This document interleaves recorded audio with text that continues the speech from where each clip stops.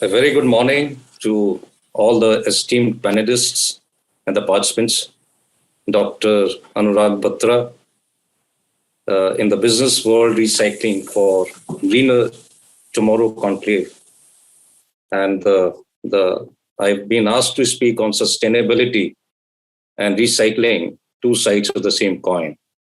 Well, no doubt, sustainability and recycling are two sides of the coin, but recycling is only a subset of all the encompassing concept of sustainability. When the term sustainability was popularized by the United Nations Brundtland Commission in 1987, in the report that was released at that point of time, Our Common Future, the underlying goal was to ensure that Earth's resources are used without compromising the ability of the future generations to meet their own needs. Since then, we have come a long way with the Sustainable Development Goals being set up in 2015 by the United Nations General Assembly, which are a collection of 17 goals designed to be blueprint to achieve a better and more sustainable future for all of us. SDG 12, the goal 12, is responsible consumption and production. And this includes targets focused on environmentally sound management of all waste through prevention, reduction, recycling, and reuse. Since the agenda of this conclave is recycling for greener tomorrow, this address is focused on recycling, how it can contribute to a sustainable future, and this will also include focus on the financing aspect of recycling industry. To put it very simply, what is recycling? Recycling is the processing of the material that are end products considered waste or are to be disposed of so that they can be reused, and you do not need to harvest more natural resources from the environment, or at least we slow down the rate at which natural resources need to be used. The recycling and waste management industry is a whole ecosystem by itself. And this industry needs to still evolve a lot. As per Material Recycling Association of India, MRAI, India's recycling rate stands at just 30%. This is way below international standards, which is an average of 60%. Whereas in the Scandinavian countries, the average recycling rates for all categories have reached 90%. Therefore, it is high time that we give impetus to our recycling industry. According to Climate Bonds Initiative, the waste sector has the potential to contribute at least 10 to 15% reduction in the global greenhouse gas emissions. Opportunities in recycling and energy recovery can achieve significant mitigation in reducing emissions. Apart from environmental benefits, promoting the recycling industry will help to generate jobs and to reduce dependence on scrap imports. Indian recyclers depend mainly on the imports for quality scrap. Consequently, India is the third largest importer of various types of scrap material. A paradigm shift is needed to shift from produce, consume, dispose-led linear economy to produce, consume, recycle-led circular economy, which is more regenerative and restorative in nature. And while manufacturers are responsible for our present state of low cycling rates, for example, large, unorganized, informal setup, poor municipal infrastructure, technologies still at nascent stage to maximize recovery from recycling, each of which may require detailed observations But I am focusing this address on the finance aspect of recycling process. It's a huge area, but I will focus just on the financing aspect because I personally believe finances are the most important. You may have the brightest ideas, but if you don't have finances lined up for that, difficult to implement, then the ideas will just remain ideas.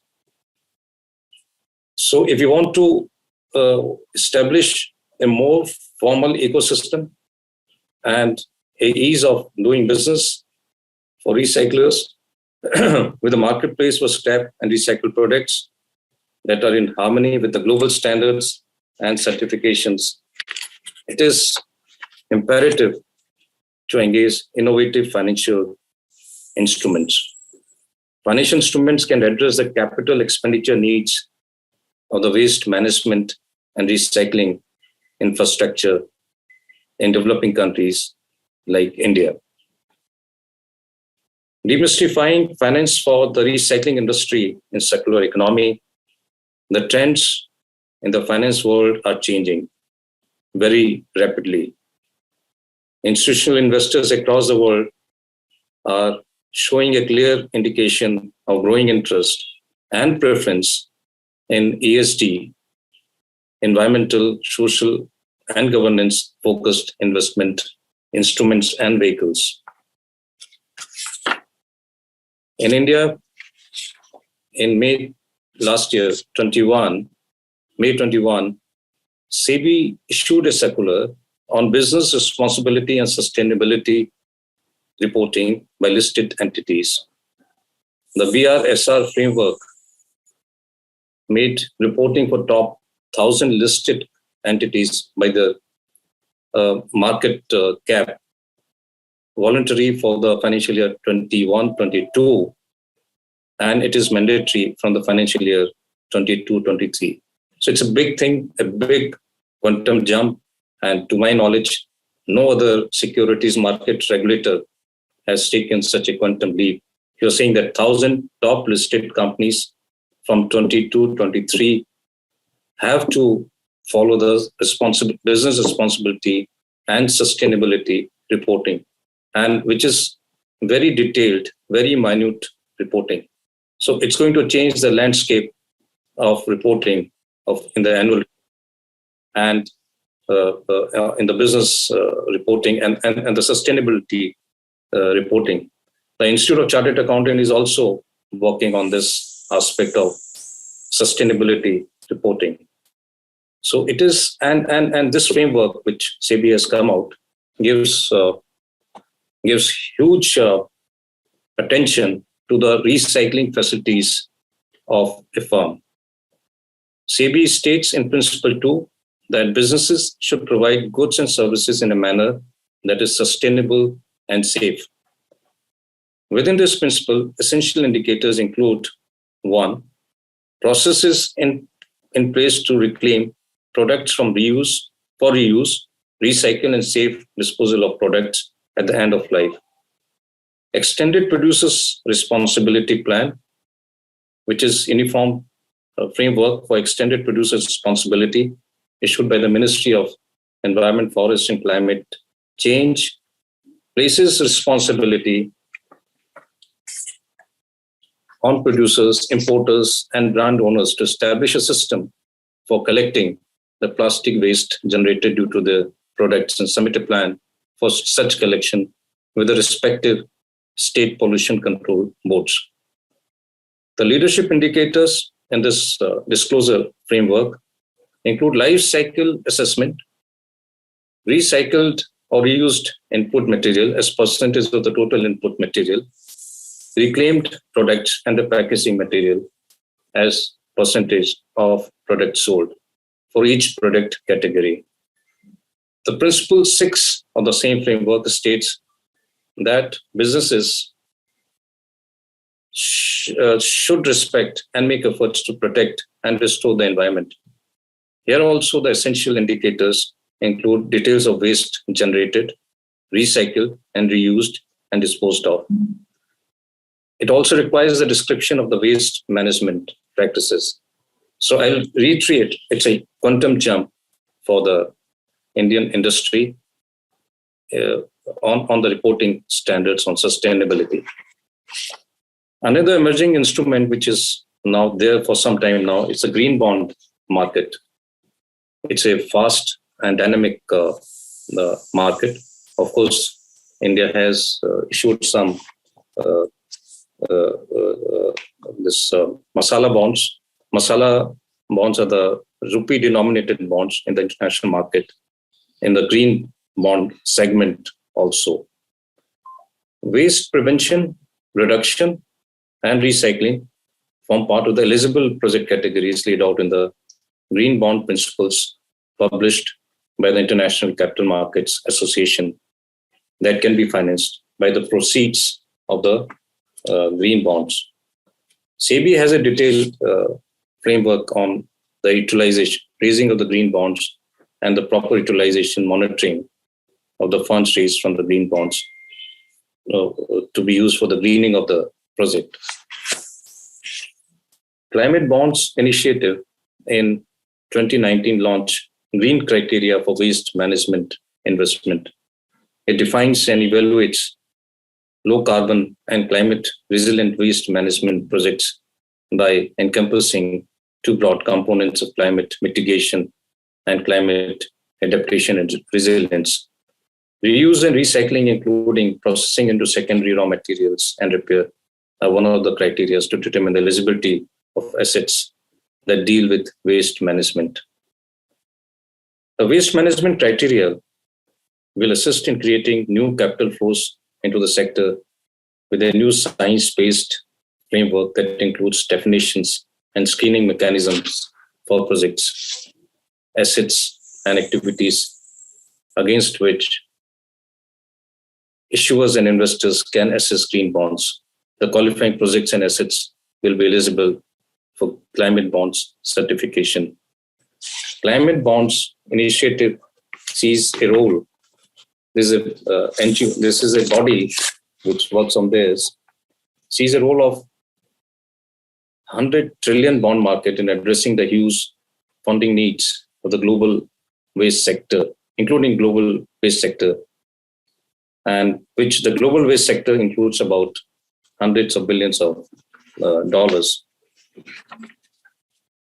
There are instruments like development impact bonds, which are the upcoming avenue for investment in waste management, since recycling is one of those few impact areas where the impact can be measured. For example, in waste management, an increase in the recycling of reusable materials is something that can be quantified, measured, and reported.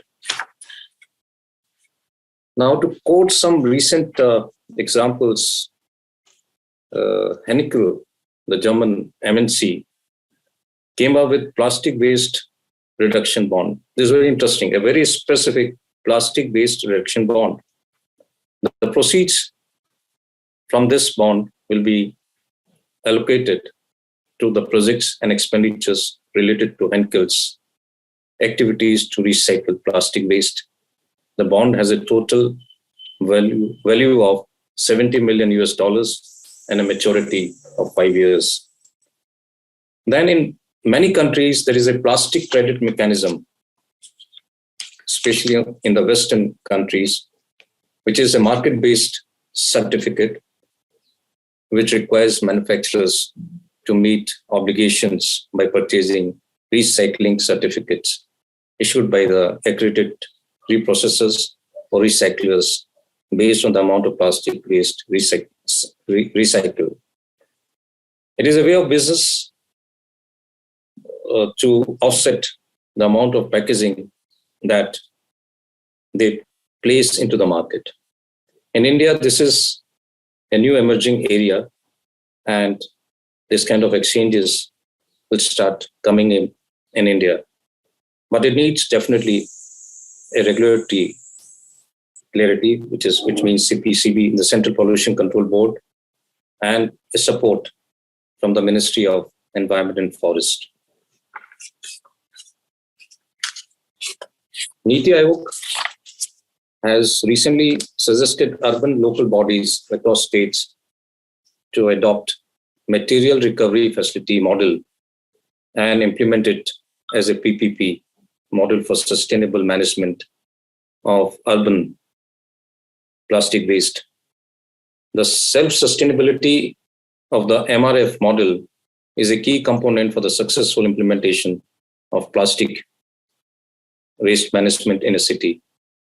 As suggested by this model, a city can achieve financial sustainability in approximately 5 to 6 years if a dedicated amount of waste is produced and sold at feasible rates. Additionally, financial and infrastructure support is to be provided for setting up material recovery facilities in the urban bodies. To emphasize the importance of waste management, 15th Finance Commission has also recommended rupees 4,829 crore for solid waste management and sanitation, and recommended that Ministry of Housing and Urban Affairs shall, in consultation with the state governments, develop city-wise plans and year-wise targets for 2025, strictly as per the parameters laid down by the 15th Finance Commission, and recommended solid waste management grant accordingly. This is relevant since waste management is the first step leading towards recycling and reuse of waste, any waste generated. Industry players also have been doing innovative practices. For example, ITC is working on sustainable recycling of the most challenging category of multi-layered plastic.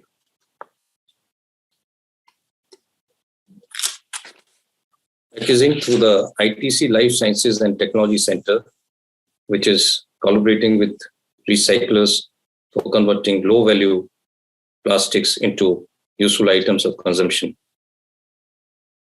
And there is a rating systems also, Greenco rating, which has been developed by CII, and it is probably the first of its kind in the world, which has a holistic framework that evaluates companies on the environmental friendliness of their activities using life cycle approach, including recycling as one of the parameters.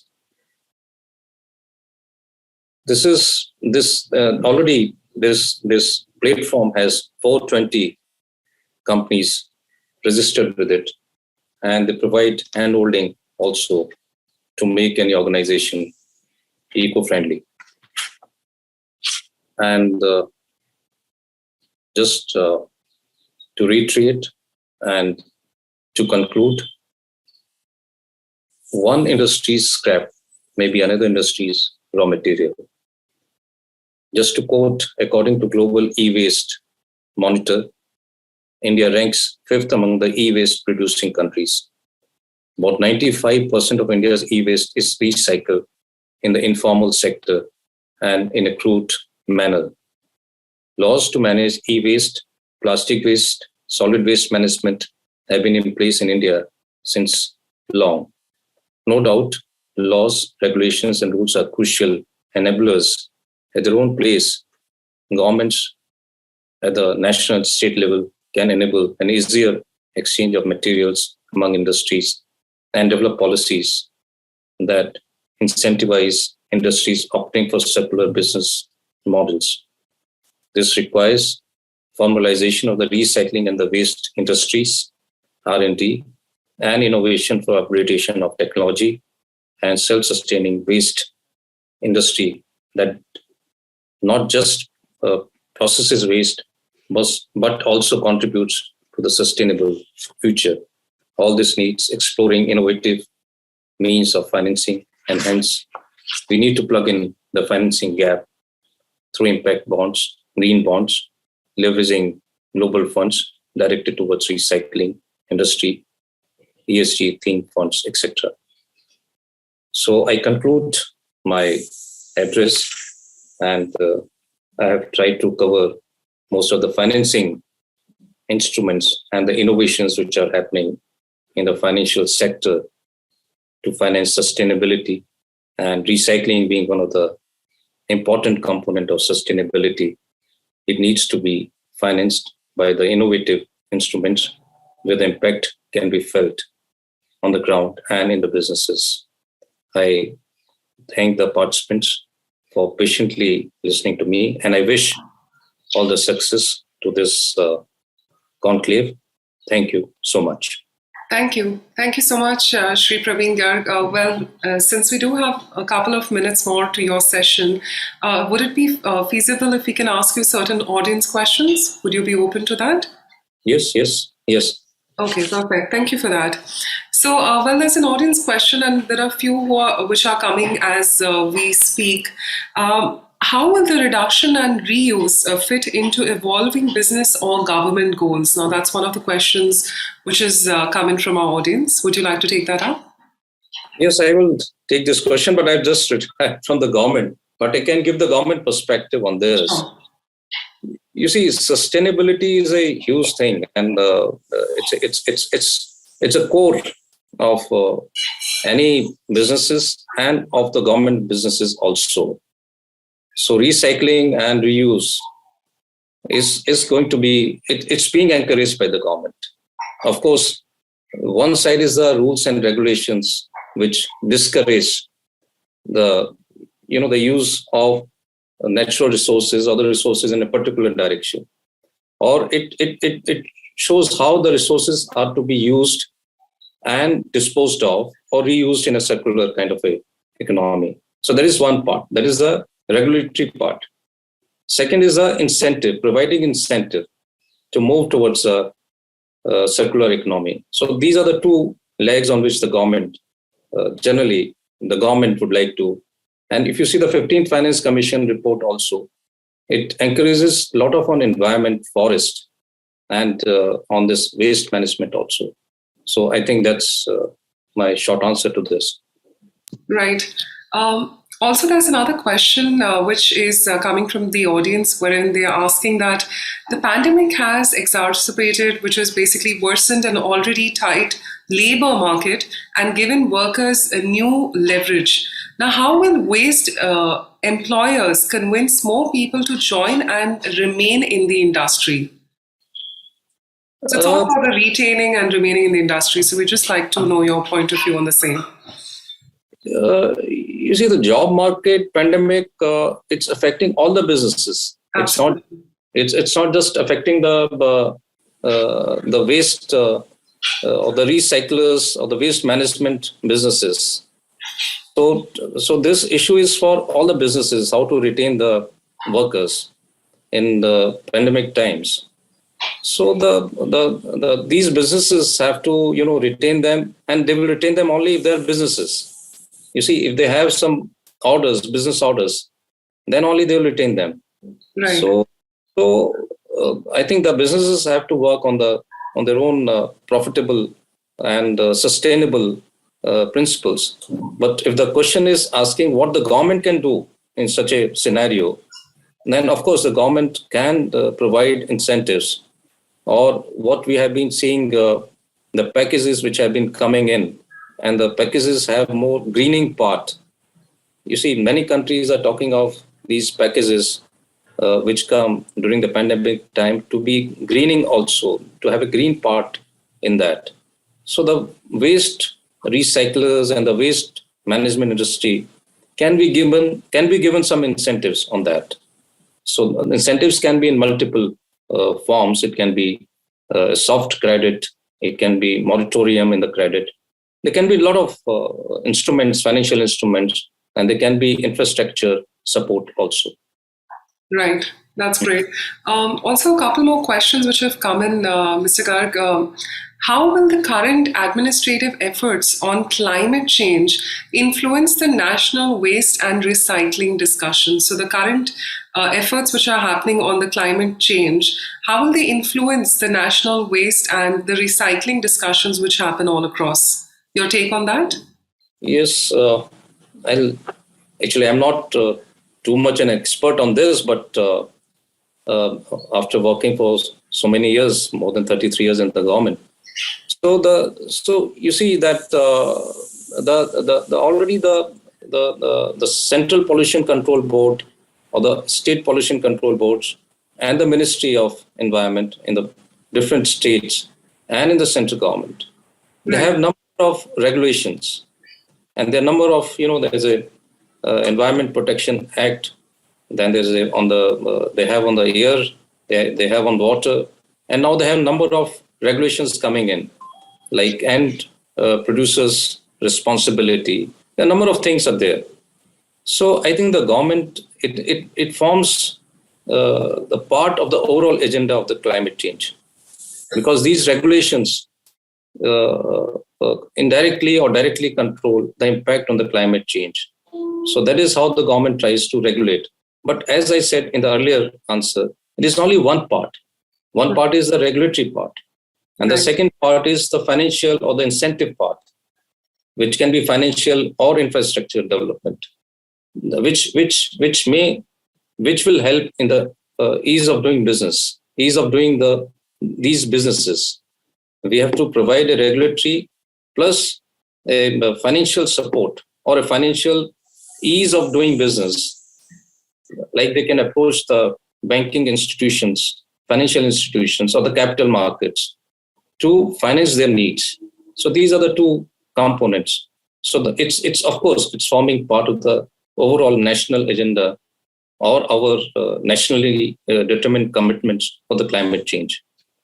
Right. We're really loving our discussion, and it's getting a lot of traction, a lot of comments, and a lot of questions are coming from the audience. We'd just like to ask you a couple more, just because we, of course, respect your time as well. So just one more from our side. Mr. Garg, is how many cities innovate while, how can cities innovate, in terms of going green while, they keep straining to keep the basic services going? So just your take on how, with all the mighty experience you have dealing with the government, just on what can cities do to go green? You see, the cities, urban, in the urban areas, of course, the cities play a major role, and all these cities have the systems of governance. They are generally elected representatives there. Then you have a permanent bureaucracy, and which is part of that municipality only, or municipal corporation only, or that city only, which is a permanent governance. And plus you have this elected representatives. So of course the government, from the central government and the state government, encourage them to go green. But I think lot of these bureaucracy and the elected representatives need to be educated more on the greening part, on the sustainability part. So a lot of education has to go in there. A lot of the kind of we have to tell them what is sustainability, because many of these elected representatives or the bureaucrats, that bureaucracy which is the lower bureaucracy, which is they're not exposed to the ideas of sustainability. They don't know at times. So we need a lot of education to be done, besides providing them, regulatory framework and incentives, which 15th Finance Commission is giving to them. And as we were doing in my previous charge, all the municipalities identified on the parameter of the pollution levels had to make a city plan. Right. Once a city plan is made, then that has to be implemented. And making that city plan was a bit technical. So at times they have to be given the technical support. So these are the areas, and this greening of the cities requires a lot of support to these elected representatives and the local bureaucracy, which the government is trying to give to them. And this thought of sustainability, what is sustainability? People will interpret in a different manner, but the overall view and how one should be living in a sustainable manner. So all these things have to go in. So it's a complex kind of a situation. But these are the major, you can say, the major units where the government should focus, And as a civil society, we should also focus on these major units of governance. Right. Thank you so much, Mr. Garg, for your valuable time. Thank you for your keynote address. And definitely this talk is going to go leaps and bounds in the conversation ahead. Thank you once again. Thank you. Thank you.